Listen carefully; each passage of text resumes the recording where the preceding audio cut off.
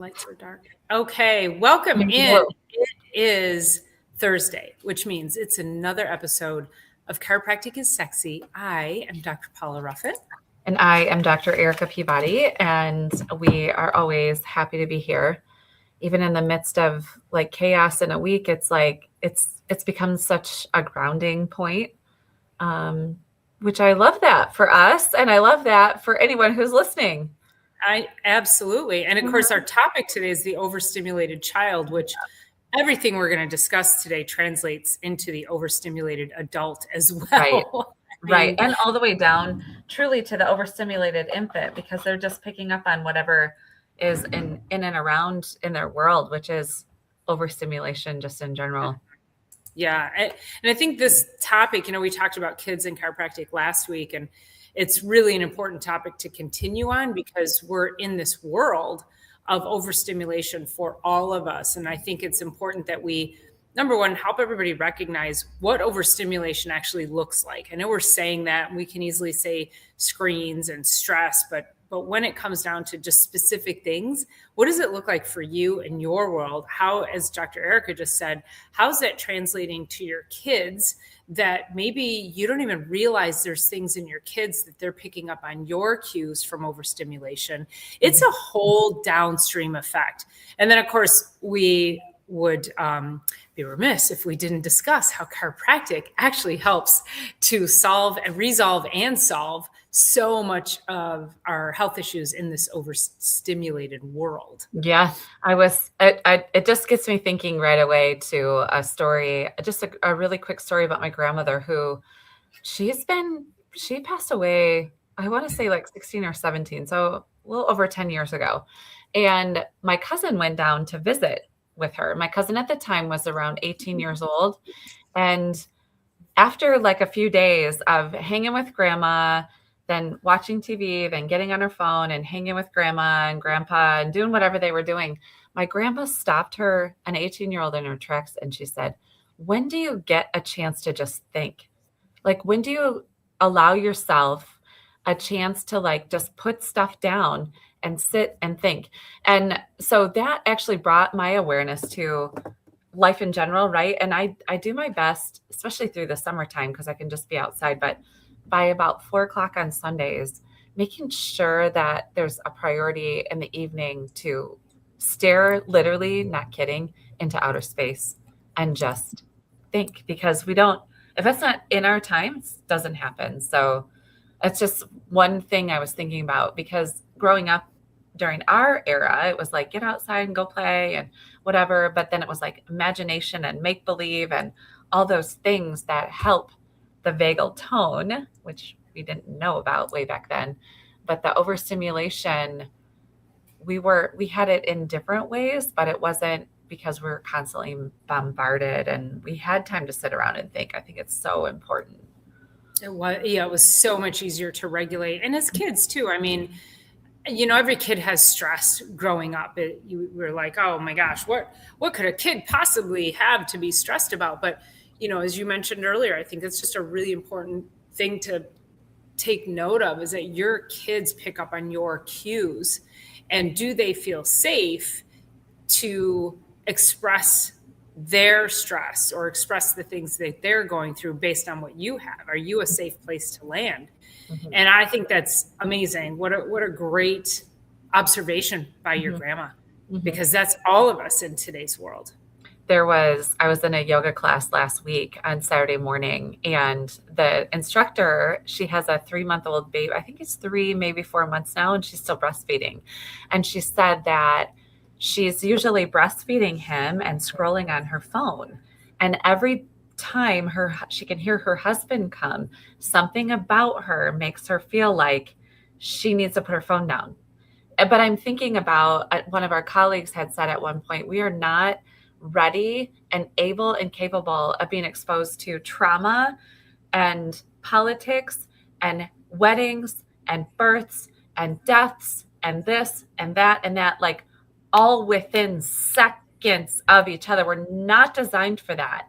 And I was just thinking about like the stress hormones, like, I don't know if she's political or whatever, but I'm thinking about how wound up people get. And it is, it's hard to put your phone down. It's hard to put the screens down. And when she had said that, I was like, oh, think about the stress hormones that are flowing through her body potentially, or anybody else's body for that matter. And then literally like right through the breast milk. And it's a thing. Yeah, that's how it starts so young. Yes. I mean, even in utero, if you're a stressed out person, or if you have a stressful relationship, that baby picks up on those cues in utero. And you probably also, learned this. I mean, we both learned the same things. Mm-hmm. It's a matter of what had the most impact on us. What do we remember the most? Yep. And I remember when we were talking about fetal health and pregnancy, and they actually showed births of babies from moms that were the husband and wife were constantly fighting, or the baby was in an environment where it was always peaceful. And when you are pregnant with a child and you're constantly fighting, the baby comes out literally. I remember watching these videos, and the baby comes out ready to fight. Mm-hmm. And that translates to all things in life for that poor child. So it's so critical. Like, is your baby already overstimulated in utero? Are you giving it the proper signals through what you're doing, as a mother? And unfortunately, if we're going to be the ones breastfeeding, we do have to protect our health even more so than dads do. Like, we're just doing all the friggin' heavy lifting on that. It's just the reality of it. But well, you probably have toddlers that come into your office, and like, mom, in order to get them to sit still, their go-to is the phone. And I'm like, I would rather this child be up and wandering around the table and wandering around the room than you hand the child a phone, because at 2 years old and 3 years old, it's like they're already being trained that when they're bored, or when they just have a moment, instead of using imagination, they start to, just have that connection to the phone. And then that they're doing a direct link to depression, all ages, and content consumption instead of creation. Like, it's awesome. Like, Dr. Paula and I, we're constantly trying to, work to get our messages out and work to share health and stories and all that. So content creation inside of entrepreneurship is important. But if we get to the point where we're just scrolling, that's where we can literally start to change our brain chemistry. And we have to start to shift that. And it's a dopamine hit, it's a neurotransmitter down, it's all the things, right? And we have to be really conscious, and especially super conscious, and put limits and boundaries around it for those that can't make those proper choices, because even we can't make those proper choices. No, and I taught a workshop last night, and the workshop that I was teaching was all about boundarying is that a word, boundarying? Putting boundaries around your time, your people, people around you, your bandwidth. And this is if we can teach our kids young. So, but one of the biggest things, so what we did was we put the big sticky notes on the wall, and we said, and this was an opportunity for everybody to learn from everybody. So one of the topics was what works for me. One of the topics was what is one habit I need to stop. And then the other two topics, I forget, but anyway, not relevant to the story at the moment. But so then we had everybody write something down on another Post-it, and they came up and they put their answers. And not a shocker, but the number one thing as adults is scrolling, is doom scrolling. And it was interesting because then on the what do I need help with, because we're all entrepreneurs in this room, that one of the biggest things was I need help with social media. And so this was a discussion point about, wow, what a crazy paradox is. We're all saying we need help with social media, and yet we're saying we're on social media too much. So what is your intention when you get on social media? And so if you can learn how to be more efficient and effective and not doom scroll and not get pulled into that, and channel that into, okay, I'm gonna do this video, I'm gonna post it, and then that's it. I'm setting my phone down and don't get caught up into the scrolling. But it was this really kind of crazy paradox when you think about it.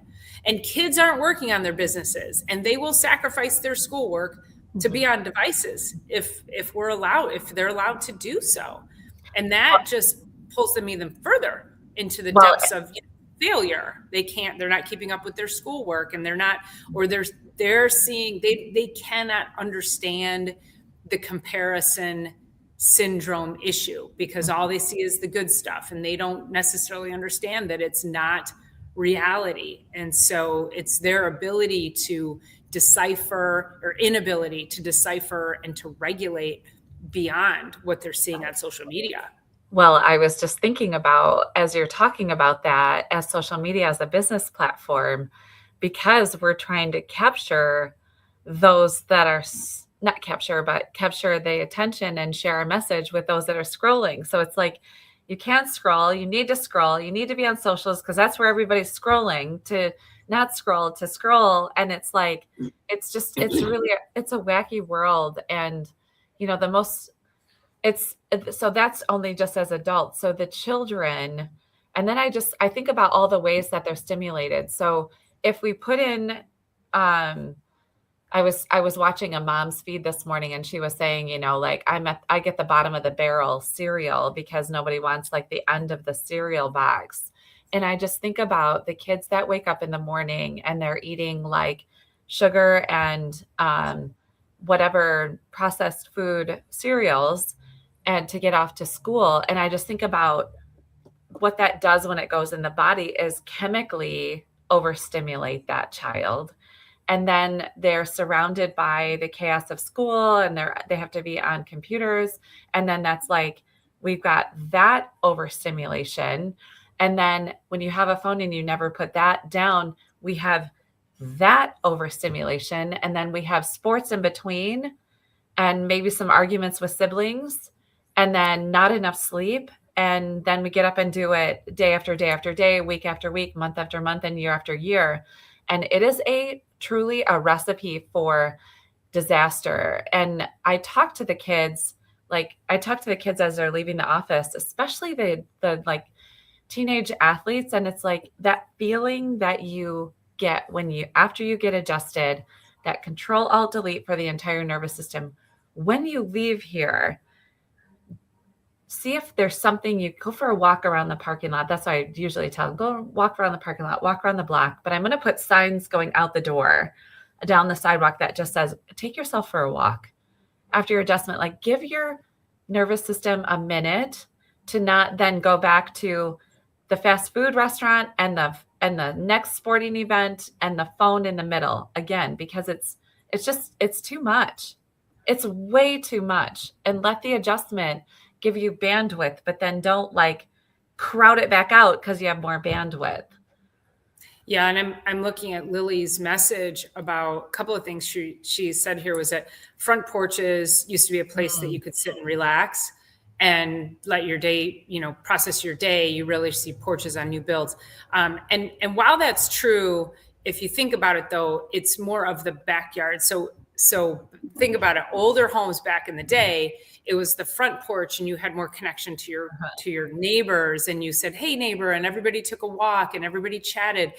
Well, now we all spend that time in our backyards. And if you're like me, I do go back there and I will just sit in my garden, as beautiful as it is. And I just take it in, and I take in the flowers, and I don't have my headphones on. And so that, in her next comment, when she says it's important to listen to nature sounds and the breeze through the trees and the birds, and so many, I'll say influencers, and they're like, you really, got to get stuff done, and go out and take a walk and listen to a podcast and take a walk and listen to a book. And I'm like, no, like, don't listen to anything. Stop the input other than what nature is intending. And when you go out and you get in the sounds of nature, and more kids, we need to get more of our kids out. They're slashing recess, and, these poor kids can't get outside and get fresh air, and you need to connect with nature. That's a whole grounding scenario that helps regulate and reset your nervous system. And you won't do that if you have a book in your ear or music or a podcast. Like you can take 30 minutes to completely detach and re-regulate. And that will make you so much more productive in the rest of your day. And if we could just take even the high school kids and make them go for a walk around the track at lunch. We weren't ever required to do that in high school. You could just go and sit outside, and half the kids went outside and smoked because we had a smoking section in high school. It was crazy. That's funny. There's a tool, and it's a vagal tone tool, and it's like name 5. So using the 5 senses. So name 5 things you can see and 4 things you can hear, I think, and 3 things that you can feel, and 2 things that you can smell, and 1 thing that you can taste. And like going to, and I don't know if it's that order, but it's like 5, 4, 3, 2, 1 with the 5 senses that can really start to get you out of not only the comparison like you talked about, but like just bring you back. Because when you're out, we always talk as chiropractors, it's like from above down and from inside out, not from outside in. Like that's a very, like, it's a pathological angle, outside in. It doesn't work for our physiology and for our health. And we can clearly see that as adults, but it's just like multiplied and magnified as a child, as a teenager, and then as a child. And then you add in, I'm like really kind of tuned into high school a little bit, and like mean girl stuff and bullying, and you have all of that as overstimulation too. So when you're getting up and getting ready to go to school and you've got all these things in your screen going, and also you have anticipation of something like that going on in your day, it's just too much. And so when your computer has that spinning wheel of death, our bodies get like that. And the adjustment comes in and helps to reset the entire system. And then they go back. That's the thing, is what's the training beyond that? Yeah. I have a friend of mine that has a 12 and a 14-year-old, and she manages screen time. She is just a hawk about it. And every day it's a battle, even though the kids know that there's this boundary around screens, and they're continually asking for more. And, it makes her insane. So talk about that level of stress. Mm-hmm. You're trying to do this really great thing for your kids, teach them how to regulate without a screen, teach them that having that screen is more detrimental than everything else, TikTok and what they can see on YouTube. Like, it's nutso out there. It is the Wild West. And I don't care what you tell me, parental regulations, parental stops on these devices do not work. I attempted to put a parental, whatever you call it, a block or limitation or whatever, on my phone when my daughter was younger, so that she couldn't get into stuff.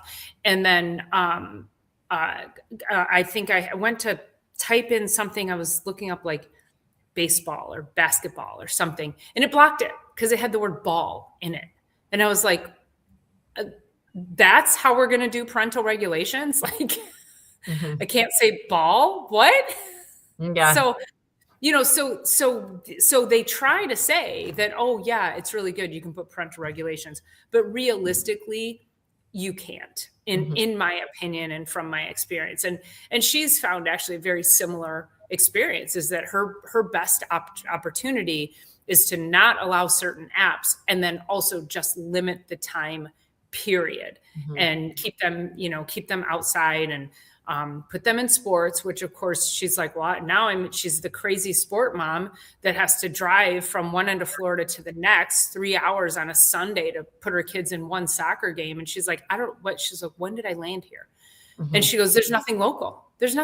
So that's overstimulation. We're stealing our children's childhood by forcing them to think that they need to be high level athletes at age 10. And they can't enjoy life. And that they're not allowed to, I mean, I remember growing up, we weren't allowed to sit around and be bored. If we ever used that word, like we were in trouble. But I think it's like something to strive for these days, is letting children be bored, letting yourself be bored, and not using that word necessarily, because it is kind of like, ugh, I don't like that word. But if we can just have some time to sit around and think, and sit around and, not be trying to, it's crazy. I had this one mom in, and it was in the fall, and she had said between her 4 kids, she had 96 practices and games within 1 month time. Like, you guys, this is not health anymore. This is not, and I get, people are going after scholarships and they're trying to do this and trying to do that, but like, at what cost? For what? At what cost? Like, this is not health. Stressed out kids, stressed out parents. And Eating again, the fast food. kids are in the run. And what's interesting too is her son. So she's going through a divorce, and she always tells me how easygoing her son is. And but he's got this issue with reflux that he's had for a couple of years now, and things have been tumultuous for, shockingly, for a few years, few more than a couple. But he's probably been dealing with this for maybe 2-3 years. And because the dentist was like, he's got this erosion. Well, he's got reflux. This started at age 8, 9, and they eat very healthy. She's also a hawk about their food and organic and all of that. Well, and it occurred to me the other day, and I said, you always say he's such an easygoing kid, and then her daughter is very much like outwardly expressing her emotions over the divorce and changes and things like that, where he's just like, yeah, it's okay. And I said, but maybe he's not okay. Maybe all of this is coming from he internalizes things, where she expresses things outwardly. Because also, why and what age did we get to? Age in time, not biological age, but what age did we get to where 8 and 9-year-olds get reflux? Like, when is that a thing? And of course, we know that babies are born and they oftentimes will have reflux, but I'm always like, well, babies spit up. Did we normalize normal babies spitting up because they have such underdeveloped digestive tracts by nature, and that then we made it a disease? Right. We made a disease and gave them meds. Right. Like, what? Where did that come from? No, yeah. We're not. It's not okay. No, not okay. Yeah.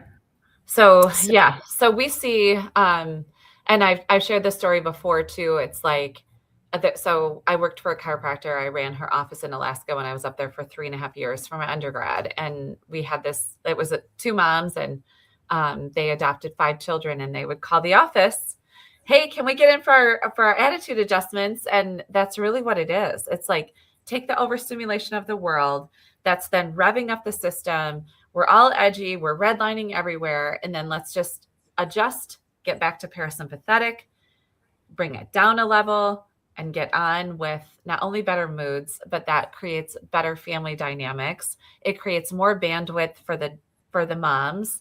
And then, everyone's just better. So again, at this point, if you are listening to us and you are not seeing a chiropractor, like, I'm going to ask you to start questioning what you're doing. Well, and we keep talking about that and how we're not cracking bones. Yeah, no. We are creating an opening in your nervous system that allows you to adapt better to all things in life, physical, chemical, emotional, and what have you.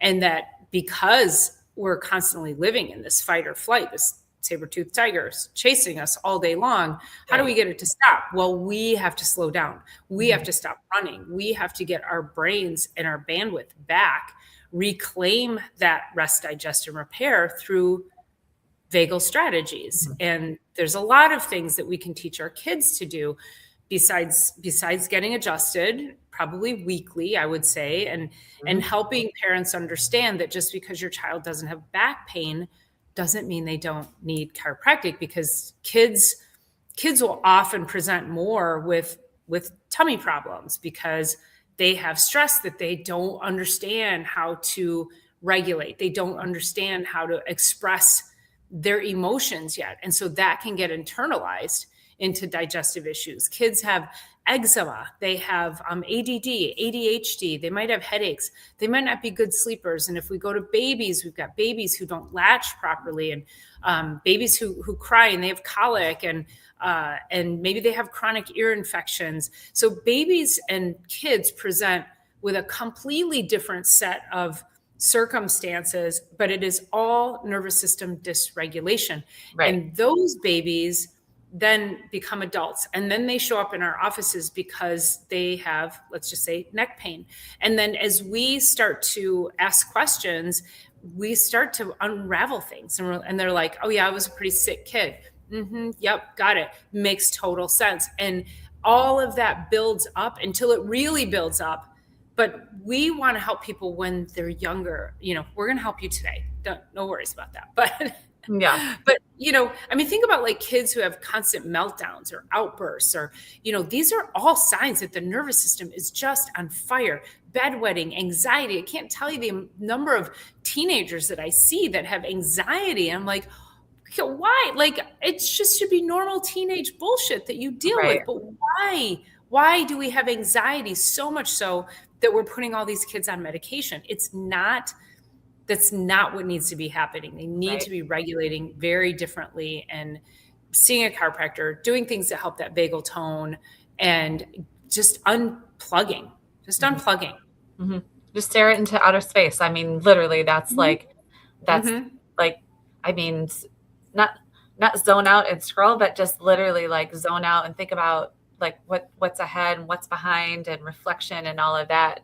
I think about all the teachers. So especially this year, and I don't know what in particular it is about this year, but a lot of the teachers that are in undercare with me are really having very stressful years. Like, they're not really able to teach anymore, and they're looking for their first ability to retire more than ever before, because there is so much dysregulation. So if you have 30 kids in the class, 25 to 30 kids in the class, and only like 3 or 4 of them know how to regulate themselves, like, that is literally what's going on. And I had a high school teacher in the other day, and she's like, I'm like in this class and I'm talking to them and I'm teaching them, and they're like, they look at me and then they just keep talking. They just keep doing what they're doing instead of actually listening. And she's like, as soon as I can get out, and, teachers' jobs are some of the most honorable in all the land, right?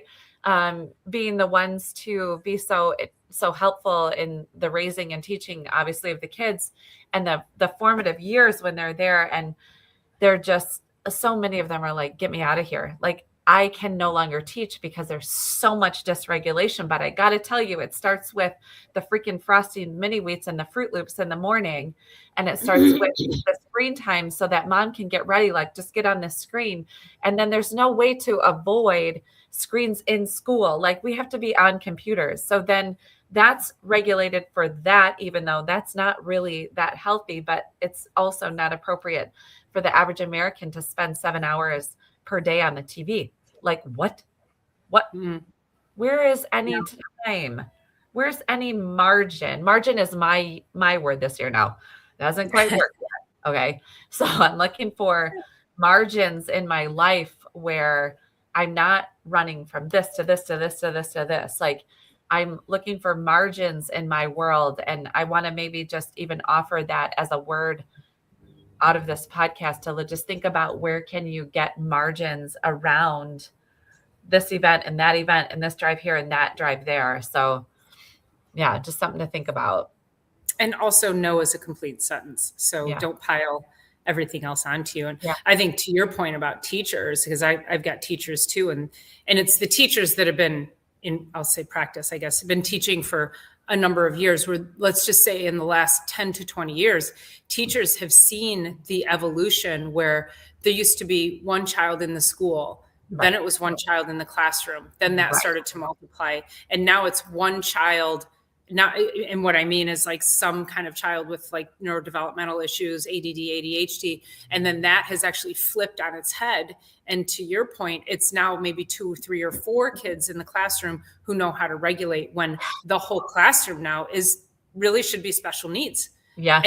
And teachers, mainstream teachers, are not necessarily trained for that. And so then what happens is we get into this, it becomes easier then to tell the parent they have to go to what is an IEP, or they have to get their kid tested, because the teachers then want these kids on medications, because then that's their only way to be able to regulate, because they haven't been taught any other way to help these kids, which is like, I get it, they're trying to teach, but also then, because you've seen this major flip on its head of children's health and decline of neurodevelopmental health, that asking the question, why are we medicating so many kids now? That doesn't make sense. No. And it's not better diagnosis, you guys. No. It's lack of nervous system regulation properly through the things we do at home, to making sure they're under proper chiropractic care,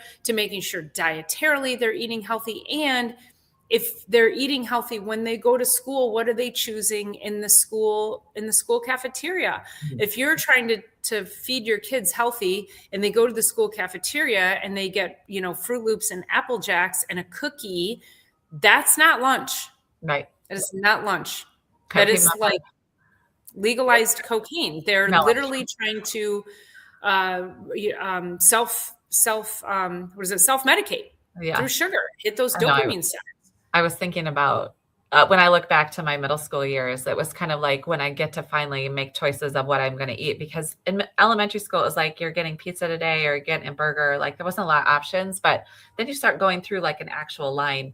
I would get a cookie, and I would get onion rings, and then I would get one of those big fluffy rolls, the ones that are like, you squeeze them down, they become basically dough. And I would pull the onion ring out of the onion, or the onion out of the onion ring, and eat the fried part, and a cookie, and the roll with some butter on it. And like, you guys, especially for a reactive hypoglycemic, I was a really good student, but I had to fight through a lot of it just because I was talking about dysregulated by food. But I know it's atrocious to even think about. But I was also thinking the other day, as I was talking to one of these teachers, I was like, wouldn't it be so cool if, like during breakfast time, because they're feeding them breakfast, lunch, and even an afternoon snack, but what if there was a chiropractor on their way in to school? Can you imagine the difference? I was on a mission trip to Peru, a chiropractic mission trip, and we adjusted between 5 of us, 4,500 people. And many of them were at schools, like big, like 1,000 children would line up and get on our tables at the school that day. Unfortunately, we didn't get to like make that part of regular life, but I think one adjustment is better than none. But I would be so curious with those hundreds and thousands of children that got adjusted that day, what it was like to be in the school that day, because it's that significant. And then you multiply it by that many people. And think about it, that somehow, some way in schools across the country, and I hope that it's become a little bit more frowned upon. I'm not sure, but I know it still happens, is the nurses can go around and vaccinate your kids without your knowledge. They can just inject your kids with what they think they're missing without your knowledge, but yet we can't have a chiropractor in there. Yeah. So if that doesn't tell you that it's about money and power and government, Yeah. I agree with you. Wow, what could we do with one chiropractor in every school, adjusting every kid, couple times a week or once a week? That would just be a major game changer. I would be curious if it was even just once a month, like if that became a regular thing where it was like the first Monday of every month, the chiropractor will be here And on your way in, you get your spine checked and adjusted where needed. And yeah, it was just something, I don't know, maybe it's a seed planted that would germinate and maybe grow. It's really hard to tell. And I'm just going to make it as a possibility that will stand out there. So yeah, sometime in your lifetime. Yeah, there's a lot of things happening right now that we never thought we would see in our lifetime. So Yeah. there is some big changes going towards health and healthcare, and it's not as fast and it's not as broad, but it's pretty big. And we talked about it a couple of weeks ago, like the simple flipping of the food pyramid. Like, let's get some real nutrition going on. So Oopsie, we had it upside down for 30 years. oh, whoops, Oopsie. Daisy. Sorry, your children's food at the cafeterias and the dietitians that were trained and the hospital food. Sorry about that. That was exactly Oopsie. opposite. We didn't mean to make 2 generations of people unhealthy. All Whoopsie. fat and disease laden, like, oh, whoopsie daisy. But the other part I really think is that's the Food and Drug Administration shouldn't be sleeping in the same bed, right? I'll stand. Yeah. Yeah. Mm-hmm. So we could go, of course, that's like just a little like, let's just look at this window. And it's like, it's impossible. It would be impossible for Dr. Paula and I to stop. So let's just like call it a week, and now we'll see you guys back next week. And I do want to say before we sign off that I did put, I don't know, 4 or 5 links in the show notes with studies that have been done on chiropractic and overstimulation and neurodevelopmental disorders. So you can drop into the show notes. You can sign up for our newsletter, and you can look at those studies for yourself, because, you know, we have all kinds of clinical stories we can tell. We've been seeing miracles for a combined almost 60 years now. And, you know, maybe 50, I don't know, whatever. It's a lot, but either way, if some people just need to see for themselves. So go look at those studies. Let us know what you think. And as always, please make sure you're subscribing. And we appreciate you being here and engaging every week. If you're catching the replay, leave us a comment and hit the thumbs up button so that more people can see our show. So thank you so much for being here, you guys. We'll see you next week.